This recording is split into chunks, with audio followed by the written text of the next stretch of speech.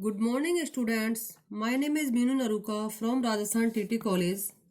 मैं BSc first year को algae, lichen, bryophyta जो हमारा पेपर है बॉटनी का, उसमें मैं आज जो टॉपिक पढ़ा रही हूँ वो टॉपिक है शैवालों में अलैंगिक जनन, दैट मीन्स एसेक्सुअल रिप्रोडक्शन, जिसके बारे में हमने क्लास में पढ़ लिया है कि जो एसेक्सुअल रिप्रोडक्शन हम किसको कहते हैं, ठीक है, और ये किस प्रकार के स्पोर्स के द्वारा होता है, जिसमें हमने पढ़ा कि एसेक्सुअल रिप्रोडक्शन जो होता है उसमें स्पोर्स बनते हैं, कुछ गतिशील बनते हैं मतलब मोटाइल, कुछ अगतिशील स्पोर बनते हैं जिन्हें नॉन मोटाइल स्पोर कहते हैं। गतिशील दैट मीन्स जो मोटाइल स्पोर जो होते हैं उनमें कशाभिकाएं पाई जाती हैं, और अगतिशील दैट मीन्स नॉन मोटाइल जो स्पोर होते हैं उनमें कशाभिकाएं अनुपस्थित रहती हैं।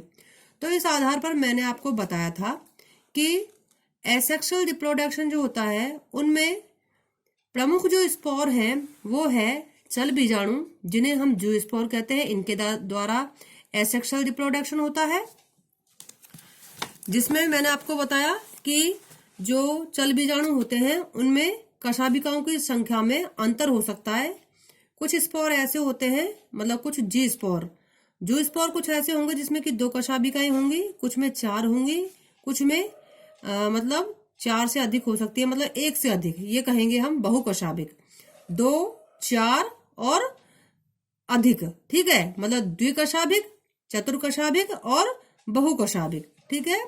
इसके अलावा जो एसेक्सुअल रिप्रोडक्शन है वो अचल बीजाणुओं के द्वारा होता है। अचल बीजाणु जैसे कि मैंने अभी आपको बताया कि अगतिशील बीजाणु मतलब एप्लेनोस्पोर भी हम इसको कह सकते हैं, अचल बीजाणु भी हम इसको कह सकते हैं, और इन्हें हम नॉन मोटाइल स्पोर इसलिए कहेंगे क्योंकि इसमें कशाभिकाएं अनुपस्थित रहती हैं।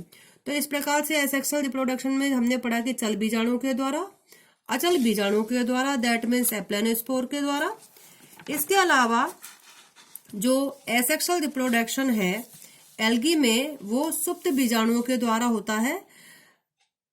सुप्त बीजाणु का मतलब ये होता है कि सुप्त अवस्था जो रेस्टिंग स्टेज होती है, मतलब स्पोर जो होता है वो अपने चारों ओर एक मोटी भित्ति दैट मीन्स जो थिक वॉल का निर्माण कर लेता है और सुप्त अवस्था में चला जाता है, और अनुकूल परिस्थिति आने पर अंकुरित होकर एक नए प्लांट का निर्माण करता है। इतना हमने पढ़ लिया था। इसके बाद हम पढ़ेंगे कि एसेक्सुअल रिप्रोडक्शन में और कौन कौन से स्पोर हो सकते हैं और कौन कौन से स्पोर्स के द्वारा यह एसेक्सुअल रिप्रोडक्शन हो सकता है।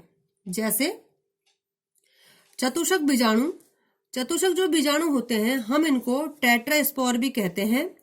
कुछ शैवाल जो होते हैं जैसे कि पॉलीसाइफोनिया जो है इसका एक एग्जाम्पल है, मतलब कि पॉलीसाइफोनिया जो है उसमें चतुष्क बीजाणु के द्वारा एसेक्सुअल रिप्रोडक्शन होता है, ठीक है। तो पॉलीसाइफोनिया आदि कुछ शैवालों के द्विगुणित दैट मीन्स डिप्लॉयड प्लांट में अचल बीजाणु बनते हैं, मतलब एप्लेनोस्पोर बनते हैं, अगतिशील स्पोर बनते हैं जिन्हें टेट्रास्पोर कहते हैं। और ये बीजाणु कहाँ बनेंगे? टेट्रास्पोरेंजियम में अर्धसूत्री विभाजन के द्वारा बनते हैं, ठीक है। ये अगुणित होते हैं, मतलब ये जो टेट्रास्पोर होंगे ये अगुणित होंगे तथा अंकुरित होकर अगुणित थैलस का निर्माण करते हैं। अभी हमने इसमें देखा कि जो पॉलीसाइफोनिया है उसमें चतुष्क बीजाणु का निर्माण होगा, ठीक है, टेट्रास्पोर का निर्माण होगा, टेट्रास्पोर के द्वारा एसेक्सुअल रिप्रोडक्शन होगा। लेकिन हमें यहाँ पर यह भी याद रखना है कि जो टेट्रास्पोर है उनका निर्माण किसमें होगा? उनका निर्माण चतुष्क बीजाणु धानियों में होगा, जिन्हें हम टेट्रास्पोरेंजियम कहते हैं, ठीक है। इसके अलावा इनका जो निर्माण होता है किस प्रकार के प्लांट पर होता है? डिप्लॉयड प्लांट पर होता है। लेकिन होगा कैसे? जैसे ये डिप्लॉयड प्लांट है और उसमें मतलब मियोसिस की क्रिया होगी, अर्धसूत्री विभाजन की क्रिया होगी, जिससे स्पोर्स का जब निर्माण होगा तो वो जो स्पोर बनेंगे वो कैसे बनेंगे? हैप्लॉयड प्रकार के बनेंगे। अब हम ये कह सकते हैं कि जो टेट्रास्पोर है वो कैसे हैं? अगुणित दैट मीन्स हैप्लॉयड प्रकार के। यहाँ पे हमें कंफ्यूज नहीं होना है। इनका निर्माण होगा डिप्लॉयड प्लांट पर। डिप्लॉयड प्लांट जो है उसमें टेट्रास्पोरेंजियम में, टेट्रास्पोरेंजिया जो होती है उसमें होगा, और टेट्रास्पोरेंजिया जो होगी उसमें जब मियोसिस की क्रिया होगी तब हैप्लॉइड स्पोर बनेगा। जब हैप्लॉइड स्पोर बनेगा तो इसे हम क्या कहेंगे, टेट्रास्पोर कहेंगे, या फिर हम इसे चतुष्क बीजाणु कहेंगे। और ये चतुष्क बीजाणु क्योंकि अर्धसूत्री विभाजन के द्वारा बनते हैं इसलिए ये हैप्लॉइड प्रकार के होंगे और अंकुरित होकर ये एक नए थैलस का निर्माण करेंगे। ठीक है, तो इस प्रकार से टेट्रास्पोर्स के द्वारा भी जो शैवाल हैं उनमें एसेक्सुअल रिप्रोडक्शन की क्रिया होती है। इसके अलावा एक अन्य स्पोर जो होता है जिससे जो शैवाल हैं उनमें एसेक्सुअल रिप्रोडक्शन की क्रिया होती है, जैसे उन्हें हम जनकाभ बीजाणु भी कहते हैं, जनकाभ। ठीक है, अब इसके नाम से क्या पता चलता है, जनक, जनक का मतलब पेरेंट्स। ठीक है, तो जनकाभ बीजाणु, इनको ऑर्थोस्पोर भी कहते हैं। ये भी कैसे होते हैं, ये बीजाणु अचल बीजाणु के समान होते हैं, मतलब अचल बीजाणु के समान अगतिशील नॉन मोटाइल प्रकार के होते हैं। लेकिन ये होते कैसे हैं, ये मात्र कोशिका के समान होते हैं। ये मतलब ये जो स्पोर बनते हैं ये बिल्कुल अपनी पेरेंट जो सेल होती है उसके बिल्कुल समान होंगे, उसमें किसी प्रकार का कोई अंतर नहीं होता है। इसी कारण इनको ऑर्थोस्पोर कहते हैं या जनकाभ बीजाणु कहते हैं। अंतर केवल इतना होगा कि ये जो मात्र कोशिका होती है, जो पेरेंट सेल होती है, उससे थोड़े छोटे होते हैं। ठीक है, तो जनकाभ बीजाणुओं के द्वारा, दैट मीन्स ऑर्थोस्पोर्स के द्वारा भी जो शैवाल जो होते हैं उनमें एसेक्सुअल रिप्रोडक्शन की क्रिया होती है। एग्जाम्पल हम इसमें ले सकते हैं, वॉल्वॉक्स है, क्लोरेला है। ठीक है, तो ये जनकाभ बीजाणु हुए। अब एक अलग ही अवस्था देखने को मिलती है, एसेक्सुअल रिप्रोडक्शन की जो क्रिया है उसमें एक अलग अवस्था देखने को मिलती है, उसे हम कहेंगे पाल्मेला अवस्था या श्लेष्मा अवस्था। ठीक है, पाल्मेला अवस्था है ये अभी तक आपने पढ़ा कि स्पोर्स के द्वारा एसेक्सुअल रिप्रोडक्शन होता है, लेकिन ये जो है ये क्रिया बिल्कुल अलग है। इसमें क्या होगा कि जब गड्ढों में या तालाब में पानी सूखने लगता है तब अनेक शैवालों की जो कोशिकाएं होती है विभाजन करने लगती हैं। कहने का मतलब ये है कि हम जानते हैं कि अधिकतर जो शैवाल है, जलीय शैवाल जो है, अगर पानी की कमी हो जाए, हम यहाँ पर इसको इस तरीके से समझ सकते हैं कि अगर तालाबों में, पोखरों में और गड्ढों में पानी की कमी हो जाए, जल की कमी हो जाए, तो उस टाइम पे जो शैवाल उसमें उपस्थित होते हैं उनकी जो सेल्स जो होती हैं वो डिवाइड होने लग जाती हैं और डॉटर सेल का निर्माण करती हैं। ठीक है, मतलब संतति कोशिकाएं उनका निर्माण करेगी। अब ये संतति कोशिकाएं क्या होंगी, लेकिन एक दूसरे से अलग नहीं होंगी और इनकी जो कोशिका भित्ति होगी एक श्लेष्मीय पदार्थ बनाती है। ठीक है, जिसमें सभी संतति कोशिकाएं धसी रहती हैं तथा कॉलोनी के समान संरचना बनाती है। और जब अनुकूल परिस्थितियां आती हैं तो ये जो कोशिकाएं होती हैं ये श्लेष्मीय पदार्थ से बाहर निकल जाती हैं तथा चल और अचल बीजाणु के रूप में कार्य करने लगती हैं और अंकुरित होकर एक नए प्लांट का निर्माण करती हैं। ठीक है, अब आप इसमें देख सकते हो कि इस डायग्राम में देखिए, आप ये मानिए कि तालाब में जल की कमी हुई है। जल की कमी होने के बाद जो कोशिकाएं हैं वो डिवाइड हुई। अब आप यहाँ देख सकते हो कि यहाँ पर कोशिकाएं डिवाइड हो गई हैं। ठीक है, कोशिकाएं डिवाइड हुई है। यहाँ पर मान लीजिए हम इसको इस तरीके से समझ सकते हैं कि यूलोथ्रिक्स और क्लोमिडोमोनास में पाल्मेला अवस्था पाई जाती है। तो यहाँ पर हम देखेंगे कि मान लीजिए क्लोमिडोमोनास है, तो क्लोमिडोमोनास की जब सेल डिवाइड होंगी तो वो अनियमित रूप से जो डिवाइड होने लगती हैं, जैसे मान लीजिए आपको डायग्राम में दिखाई दे रहा है, ये 4 बने हैं मान लीजिए, तो ये एक के बाद एक सेल बनती जाती हैं। लेकिन क्या होगा, ये सेल एक दूसरे से पृथक नहीं होंगी, इसी तरीके से आपस में व्यवस्थित रहती हैं और इसके साथ ही इनकी जो सेल वॉल होगी चारों और एक श्लेष्मीय आवरण का निर्माण कर लेती है। ये जो है ये क्या है, म्यूसिलेज सेट है, उसका निर्माण कर लेती हैं। ठीक है, अब ये इस तरीके से कॉलोनी के रूप में व्यवस्थित हो जाती हैं। अब आप देखो कि यहाँ पर इस तरीके से ये कॉलोनी बन जाती है और ये जो अवस्था होती है, संपूर्ण जो अवस्था होती है, इसको हम पाल्मेला अवस्था कहते हैं या श्लेष्मा अवस्था कहते हैं। तो इस प्रकार से अलग अलग इस तरीके से कॉलोनी बन जाती हैं। अब क्या होगा कि जब अनुकूल परिस्थिति आएंगी, दैट मीन्स पानी आने लगेगा या पानी की पूर्ति होने लगेगी, भोजन की पूर्ति होने लगेगी, तो ऐसी स्थिति में क्या होगा कि ये जो कोशिकाएं होंगी, ये जो श्लेष्मी पदार्थ है या श्लेष्मी आवरण जिसको हम कहेंगे म्यूसिलेज सेट है, इससे ये बाहर निकल जाएंगी और उसके बाद ये जूस्पोर की तरह या एप्लेनोस्पोर की तरह कार्य करने लगती हैं। दैट मीन्स चल बीजाणु और अचल बीजाणु की तरह कार्य करने लगती हैं और अंकुरित होकर एक नए प्लांट का निर्माण करती हैं। तो ये थी पाल्मिल अवस्था, जिसके द्वारा भी एसेक्सुअल रिप्रोडक्शन की क्रिया हो सकती है।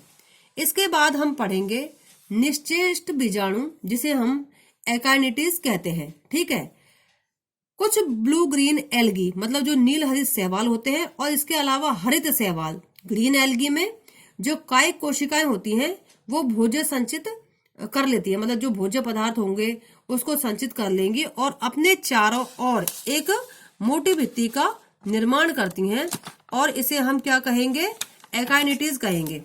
ठीक है,